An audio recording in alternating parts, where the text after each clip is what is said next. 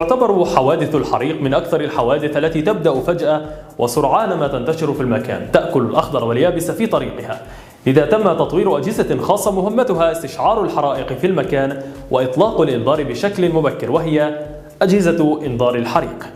جهاز إنذار الحريق. أصبح وجود جهاز إنذار للحريق من أساسيات إقامة الأبنية، حيث يقوم هذا الجهاز بالكشف عن وقوع الحريق وتحديد مكانه، وبالتالي ينبه الموجودين على ضرورة التصرف.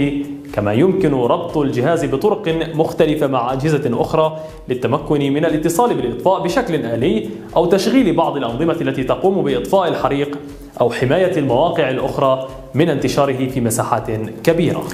أنواع أنظمة إنذارات الحريق.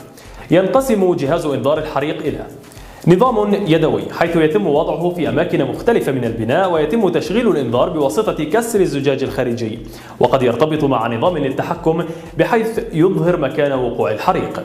ويجب أن تكون هذه الأجهزة موصولة مع تيار كهربائي ثانوي غير الرئيسي، حتى إذا انقطع التيار الرئيسي تعمل هذه الأجهزة.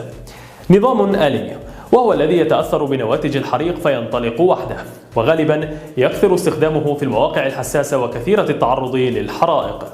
آلية عمل جهاز إنذار الحريق.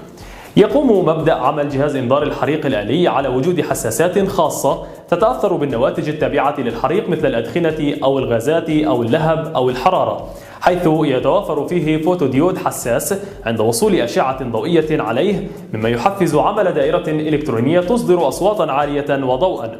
وتصل هذه الأشعة الضوئية إلى الفوتوديود من خلال تشتت الضوء الطبيعي الصادر من ديود خاص في الجهاز، وعند تصاعد الأدخنة أو ارتفاع الحرارة فيتشتت الضوء الطبيعي فتصل بعض الأشعة إلى الفوتوديود الحساس. وهذا النوع من الأجهزة يجب أن يصمم بطريقة معينة ودقيقة بحيث لا يكون حساسا جدا لأي تغييرات طفيفة قد تنتج من بعض التصرفات الطبيعية مثل التدخين أو اختلاف درجات الحرارة، فيطلق إنذارات كاذبة.